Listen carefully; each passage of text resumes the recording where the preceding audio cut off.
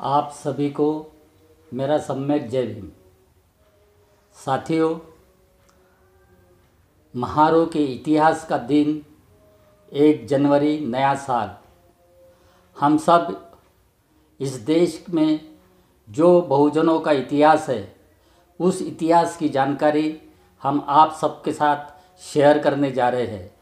हाँ साथियों, ये जानकारी ऐसी है कि जो इतिहासकारों ने, इस देश के बड़े इतिहासकारों ने इस इतिहास को छुपाया है।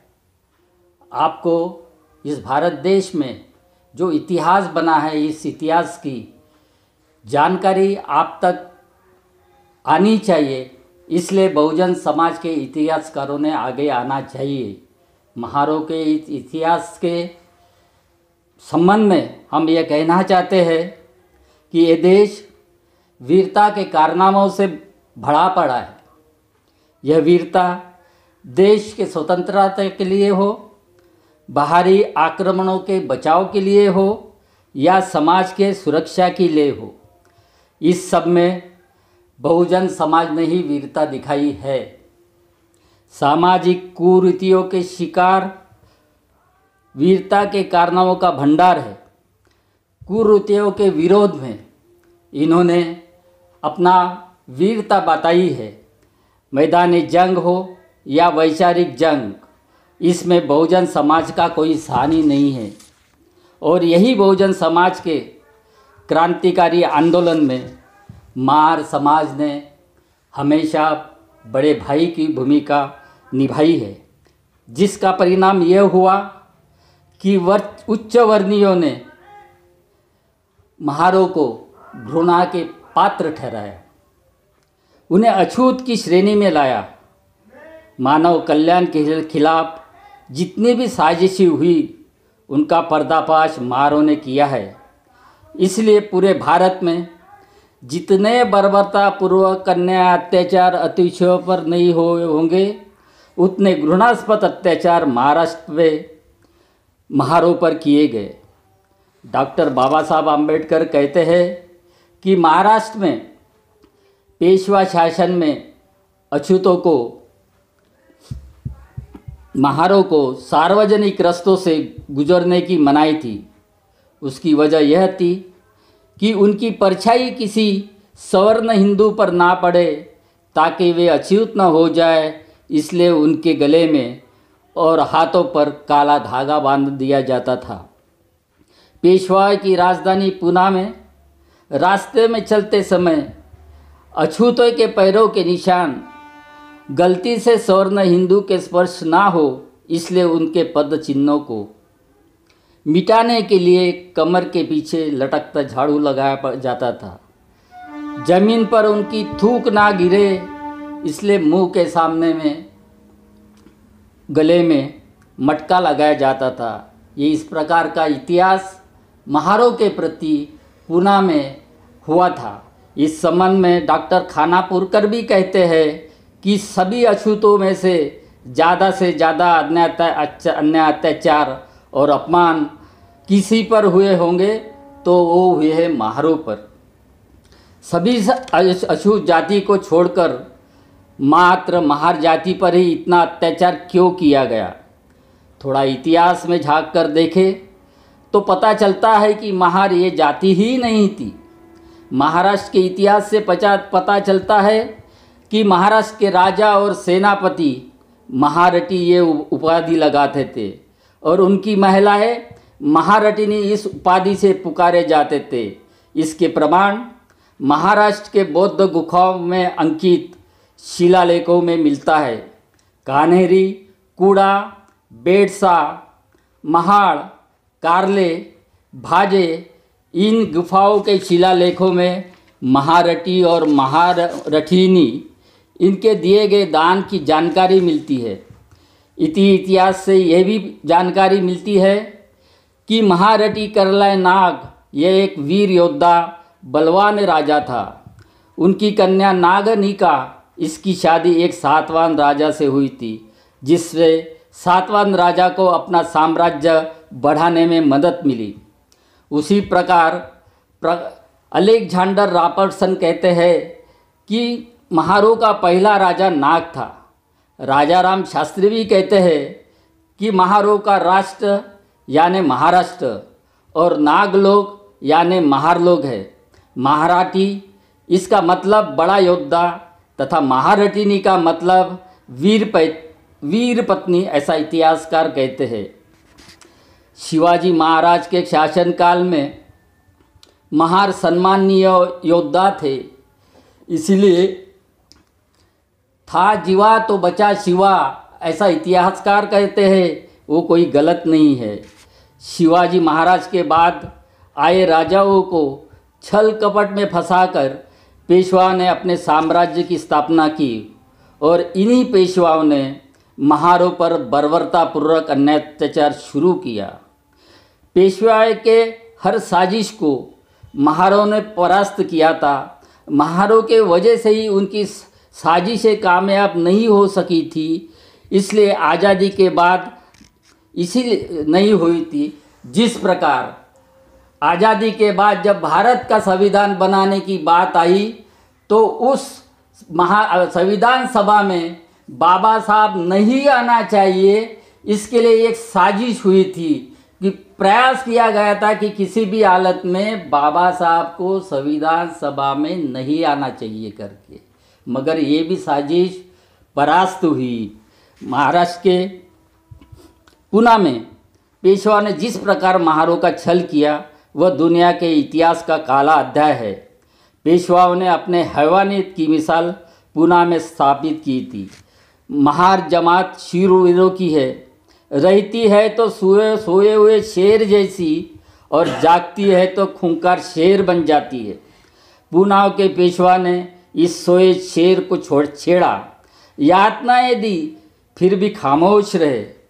किंतु जब उन्होंने समाज को ही उसका शिकार बनाना शुरू किया, उससे सोया हुआ खूंखार शेर जाग उठा। शेर ने दहाड़ लगाई, आसमान दहलने लगा, पेशवाओं को ललकारा। 500 महारों को नेस्तनाबूद करने के लिए पेशवाओं ने 25,000 सैनिक लगाने पड़े। पेशवाओं के विरोध में संगठित हो रहे महारों के मानसिकता का एहसास अंग्रेजों को हुआ। उन्होंने ऐसे समय में महारों का साथ दिया, उन्हें महारों के सेना में भर्ती कराया, उन्हें प्रशिक्षित किया। इस प्रकार महारों की प्रशिक्षित सेना पेशवा के अन्याय अत्याचार का खात्मा करने के लिए तैयार हुई। 31 दिसंबर 1817 के रात को कैप्टन स्टांटन शिरूर गांव से पुणे के लिए अपने फौज के साथ निकले। उस समय उसकी सेना में सेक्टन बटालियन 1st रेजिमेंट के 500 महार थे, 207 घुड़सवार और तोपों को चलाने वाले 25 लोग थे। ठंड के दिन थे। ऐसी हालत में 25 मील की दूरी पैदल चलकर 1 जनवरी 1818 को सुबह 8 बजे कोरेगांव पहुँचे। पेशवा की सेना पहले से ही वहाँ खड़ी थी। उनकी सेना में 25 से 30 हज़ार के करीब सैनिक थे। 1 जनवरी 1818 को सुबह 9:30 बजे लड़ाई शुरू हुई। पेशवाई की विशाल सेना को देखकर महार सैनिकों के अधिकारी घबराने लगे। कैप्टन स्टांटन को अपनी सेना को पीछे लेने के लिए याचना कर रहे थे। यह बात जब महार सैनिकों को पता चली, तब महार सैनिकों ने ऐसे अधिकारियों की कठोर शब्दों में निंदा की और कहा कि हम पीछे नहीं हटेंगे, ना ही समर्पण करेंगे। हम पेशवाओं को पराजित किए बिना नहीं हटेंगे, हम अपना बलिदान दे देंगे। महार सैनिकों का यह आत्मविश्वास देखकर स्टांटन और अधिकारी इनके हौसलों को देखकर प्रभावित हुए। उनके भी हौसले बुलंद हुए। करो या मरो की घोषणा के साथ महार सैनिक पेशवाओं के सैनिकों पर टूट पड़े। भारी तबाही मची। पेशवाई सैनिक इधर उधर भागने लगे। स्टांटन और अधिकारी यह नज़ारा ख्वाबों में देख रहे ऐसा उन्हें लग रहा था। विश्वास ही नहीं हो रहा था कि हमारी इस छोटी सी सेना ने किस प्रकार पेशवाई सैनिकों को भागने पर मजबूर किया। पेशवाई के घमंड का अंततः 500 महार सैनिकों ने अपने वीरता से तोड़ दिया। इस जंग में पेशवाओं के शासन का सफाया हुआ। महारों की ऐसी वीरता के उदाहरण दुनिया में के इतिहास में दिखाई नहीं देते। महारों के वीरता का इतिहास अमर रहे, देश के भावी पीढ़ियों का यह आदर्श बने, इसलिए अंग्रेजों ने पूना में भीमा नदी के किनारे 75 फीट ऊंचा विजय स्तंभ ईस्वी सन 1822 में स्थापित किया। मैदान जंग में जिन महारों ने अपने वीरता का परिचय दिया, जो लड़ते लड़ते शहीद हुए, उनकी याद में उनके नाम खुदवा कर लिखे गए। इस महारों के नाम ध्यान से पढ़ने से नागवंशीय आंदोलन का इतिहास पता चलता है। इस स्तंभ पर प्रत्येक नाम के पीछे नाग शब्द आया है और यही नाग शब्द महाराष्ट्र के गुफा से प्राप्त शिलालेखों में दानदाताओं के नाम के पीछे नाम शब्द मिलता है, जिससे महार उच्च श्रेणी के थे, मानवता के पुजारी थे, ये प्रमाणित करता है। इस इतिहास को बाबा साहब कभी भूले नहीं थे, ये उनकी ऊर्जा थी। इसलिए 1 जनवरी को बाबा साहब इस क्रांति स्तंभ को अभिवादन करने जाते थे। एक बार इसी क्रांति स्तंभ से बाबा साहब ने अंग्रेजों के खिलाफ दहाड़ लगाई थी। इस जाति के युवकों को सेना और पुलिस विभाग में भर्ती करने से इनकार करके उसका विश्वासघात किया है। इस विश्वासघात की पोल खोलते ही अंग्रेजों ने आनंद फानंद में भर्ती प्रक्रिया शुरू की थी। 111वीं महार बटालियन, जो ब्रिटिश काल में देश की सुरक्षा के लिए लड़ती थी, उनके बैच में कोरेगांव का प्रतीक चिन्ह था। आज़ादी के बाद भी यह बैच लगाई जा रही थी, उसमें यश सिद्धि यह नाम लिखा था। आज भी देश की सेना में महार रेजिमेंट के नाम से एक दल है, उसे लघु भारत के नाम से जाना जाता है, जो उनके वीरता का परिचायक है। ऐसे इस महारों के इतिहास में जगह नहीं मिल पाई, यह इस देश का दुर्भाग्य नहीं तो क्या हो सकता है। बाबा साहब ने चलाए इस आंदोलन के वजह से बाबा साहब ने इसकी प्रेरणा लेके उनमें अपने आप में एक ऊर्जा निर्माण की। यह ऊर्जा का आपको प्रमाण अगर आपको होना, तो हमें नासिक के कालाराम मंदिर का जो आंदोलन हुआ था, उस आंदोलन की मैं याद आपको दिलाना चाहता हूँ कि यह आंदोलन 2 मार्च 1930 से लेकर 9 अप्रैल 1923 तक निरंतर शुरू था। रामनवमी का दिन था। इस दिन प्रभु रामचंद्र जी का रथ निकालने वाला था। इस रथ को खींचने के लिए बाबा साहब के लोग तथा मंदिर के सवर्ण लोगों में एक समझौता हुआ। उन्होंने उसमें दोनों तरफ के हट्टे कट्टे लोग रथ खींचने के लिए चुने गए। सवर्णों ने रथ को खींचते समय आंदोलनकर्ताओं से दगाबाजी की। रथ को दूसरी तरफ मोड़ कर लेकर भागे, जिससे भारी अफरा तफरी मच गई। यह अफरा तफरी सवर्णों ने एक साजिश के तहत की थी, जिसमें बाबा साहब की हत्या की जानी थी। इसकी भनक बाबा साहब को अपने मुखबिरों के माध्यम से पता चली। लोगों ने बाबा साहब को वहाँ से निकलने को कहा। उसी वक्त बाबा साहब देश में आकर दहाड़े कि मैं एक सैनिक का बेटा हूँ और युद्ध भूमि से भीगी बिल्ली जैसे भागने वालों में से मैं नहीं हूँ। ऐसे संकट के घड़ी में मेरी और आपकी जान खतरे में है, तो अपनी जान बचाने के लिए आपकी जान को खतरे में नहीं डाल सकता। ये आपके साथ गद्दारी होगी और मेरी नामर्दगी होगी। अपने कौम का अपमान होगा, मुझे पूरे वंश पर कीचड़ उछला जाएगा। याद रखो, मैं शेर का बच्चा हूँ, मुझे मैदान छोड़कर भागने का मशवरा नहीं दे सकते। मैं मरूंगा तो तुम्हारे साथ और जीऊँगा भी तो तुम्हारे साथ। ऐसा कहकर बाबा साहब फिर योद्धा जैसे रथ के आके जाकर खड़े हो गए।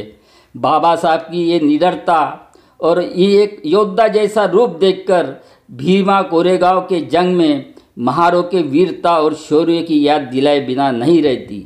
बाबा साहब का ये शेर का रूप, उसकी दहाड़ मैदान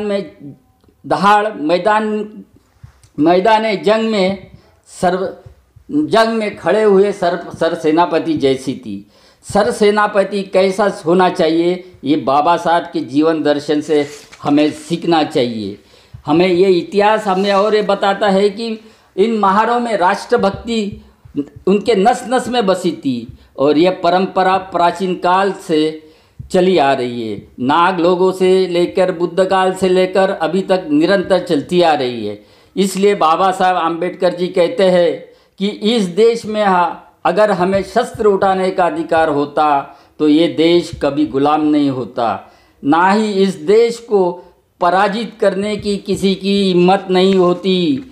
तो भीमा गौर्य की जंग 500 महारों की वीरता की मिसाल है। आपको ये याद दिलाना चाहता हूँ कि भीमा कोरेगांव की ये जंग महज जंग नहीं थी, ये मानवता की जंग थी, मानवता को बचाने की जंग थी। आप इतिहास में हम देखें तो हमको पता चलेगा कि महारी एक ऐसी लड़वई जमात थी, ये पूरे बहुजन समाज को लिए आंदोलन करते रहती थी। महार, कुंबी, तेली, माड़ी, मराठा इस जाति के इतिहास को अपने शौर्यशाली प्राचीन इतिहास में झांके तो पता चलता है कि यह एक वंश के है, एक संस्कृति के है। यह सत्य इतिहास डॉक्टर बाबा साहेब अम्बेडकर जी ने अपने शोध ग्रंथ द अनटचेबल में किया है, लिखा है। यह इतिहास सही अर्थों में मानवता का पक्षधर है। व्यक्तिगत जातिगत दुश्मनी से उठकर देश हित का इतिहास है। इसीलिए बाबा साहब कहते हैं कि जो इतिहास नहीं जानता वो इतिहास बना नहीं सकता, जो इतिहास नहीं जानता वो इतिहास बना नहीं सकता। इतिहास गवाह है कि बाबा साहब ने इतिहास को ही बदल डाला। तो ये इतिहास को बदलने की ताकत बाबा साहब में कहाँ से आई, तो हमें पता चलता है कि वो ताकत भीमा कोरेगांव के शौर्य, महारों के शौर्य से वो इतिहास की ऊर्जा बाबा साहब के दिल में आई और उन्होंने एक बड़ा इतिहास बनाया, इस देश के इतिहास को बदल दिया। तो हम सभी साथियों को, हम सभी बहुजन साथियों को, हम इस पराक्रमी क्रांति इतिहास को याद में रखकर हम ये प्रण ले कि हम भी मानव समाज के उत्थान के लिए, संविधान के रक्षा के लिए, किसानों के हित के लिए प्रण ले कि हम अभी इस आंदोलन को आगे बढ़ाएंगे और जाति विहीन समाज बनाएंगे। यही मैं आज के दिन में अभिवादन क्रांति स्तंभ को अभिवादन करता हूँ। जय भीम।